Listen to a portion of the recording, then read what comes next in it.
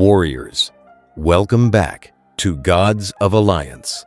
If you're here, it means you want power, knowledge, and control over the battlefield. This is not luck. This is strategy. Let's break the game together. Today, we're going to continue our analysis of Oya.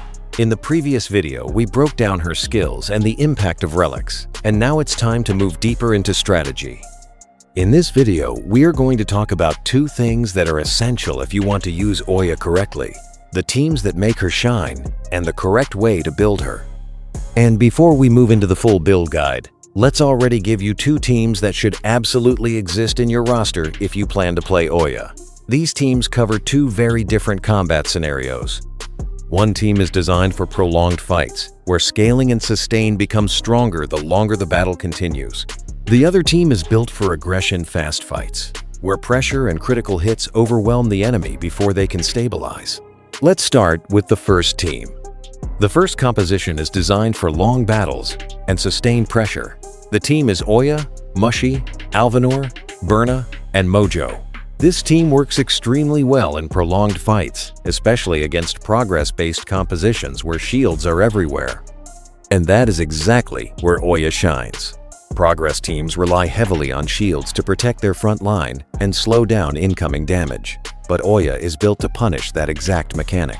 Now let's talk about the synergy inside this team. The core engine of this composition is Mushy.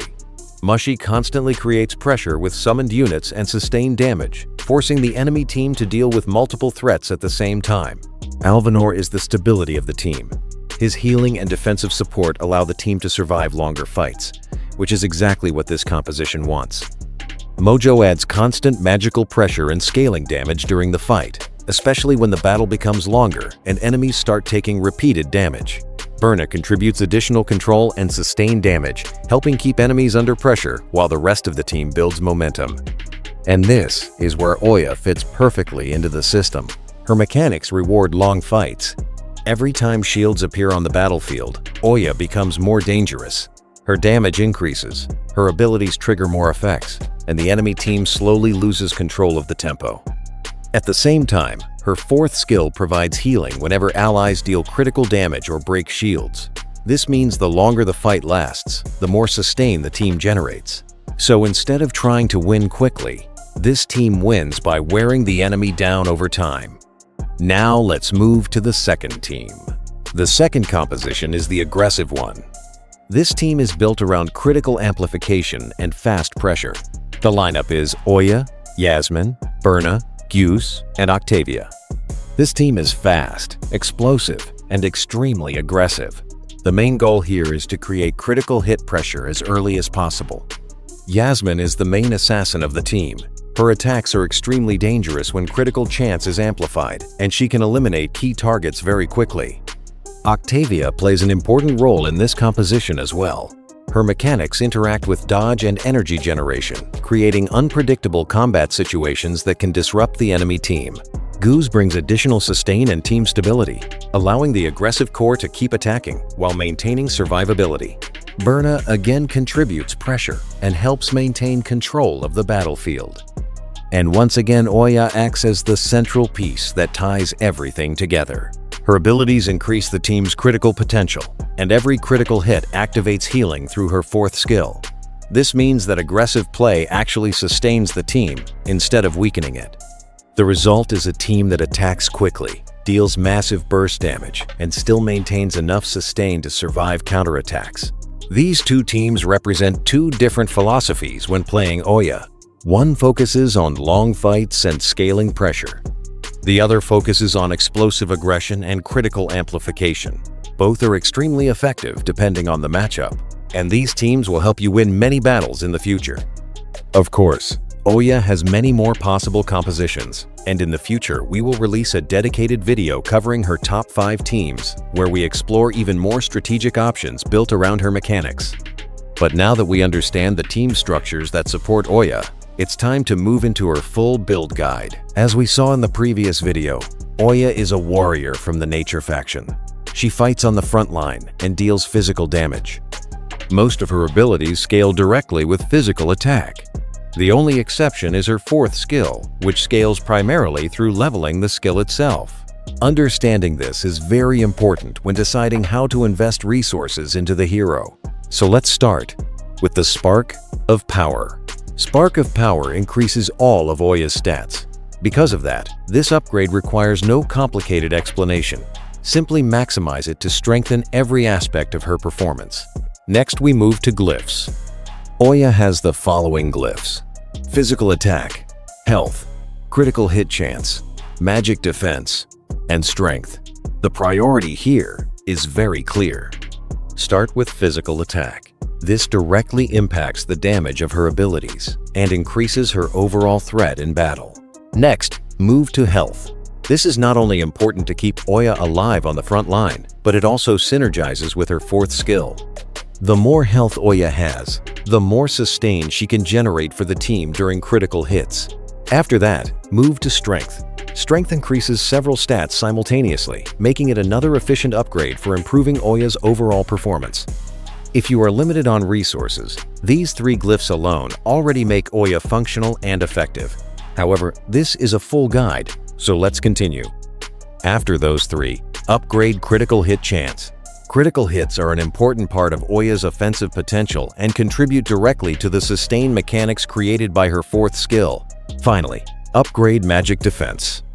This glyph comes last because Oya generates energy very quickly and will often become a target for magic-based heroes like Satori or Iris. And this leads us to one of the most important things to understand about Oya. No matter how strong she becomes, heroes that generate energy extremely quickly, especially Satori and Iris, will always remain dangerous counters to her. Satori's inner fire marks and Iris's mechanics both punish heroes that gain energy rapidly. And since Oya charges energy quickly, these counters will always remain a threat. Now let's move to artifacts. Your first priority should be the Warrior's Code. This artifact directly supports Oya's role in battle. It increases physical attack and critical hit chance, which are exactly the stats that enhance her aggressive playstyle. Next comes the Ring of Strength. This artifact increases all of Oya's stats, making it an essential upgrade for strengthening her overall performance. Finally, we have her weapon artifact, the Ancestor's Sword. This weapon provides a critical hit chance bonus to the entire team. This increases aggression and works perfectly with Oya's fourth skill, allowing the team to regenerate health more frequently through critical hits. If your resources are limited, prioritize the book and the ring first. Now let's talk about skins. There are two main ways to approach Oya's skin upgrades. If you want Oya to perform well without investing too heavily into her, focus first on her physical attack skins. Both of them increase the damage of her abilities significantly. After that, upgrade the health skin to improve her survivability and the sustain provided through her mechanics. At this point, Oya will already perform well in battle. But if you want to fully invest in her, continue with the strength skin to increase all stats further. Then prioritize the armor penetration skin. This ensures that her attacks and critical hits deal maximum damage against enemy defenses. Finally, armor and crushing can be upgraded last. Even with a fully developed Oya, Satori and Iris teams will still remain strong counters, especially after their recent reworks. Now let's move to talismans. Oya currently has two talismans. The first one, Talisman of Prophecy, already provides exactly what her kit wants: strength and critical hit chance. Strength increases all her stats, and critical hit chance increases the randomness that makes fights unpredictable and dangerous. The second talisman, Talisman of the Warrioress, is more aggressive. It provides physical attack and crushing. Physical attack increases pressure, while crushing allows Oya to deal significantly more damage once enemies drop below 50% health. This makes it a very strong offensive talisman. But if you already have the first talisman, you are already well equipped. Warriors, this is the best way to build Oya. We explored two teams that work extremely well with her mechanics, and we looked at the correct way to invest resources into her development. There are many more strategies we will explore in the future, especially when we release the full Top Oya Teams analysis. But we also saw something very important. Even powerful heroes have weaknesses, and the best counters to Oya remain heroes like Iris and Satori. Understanding both strengths and weaknesses is what truly separates strategy from luck. We don't build randomly. We build with intention. Master the mechanics. Control the fight. Let's break the game together.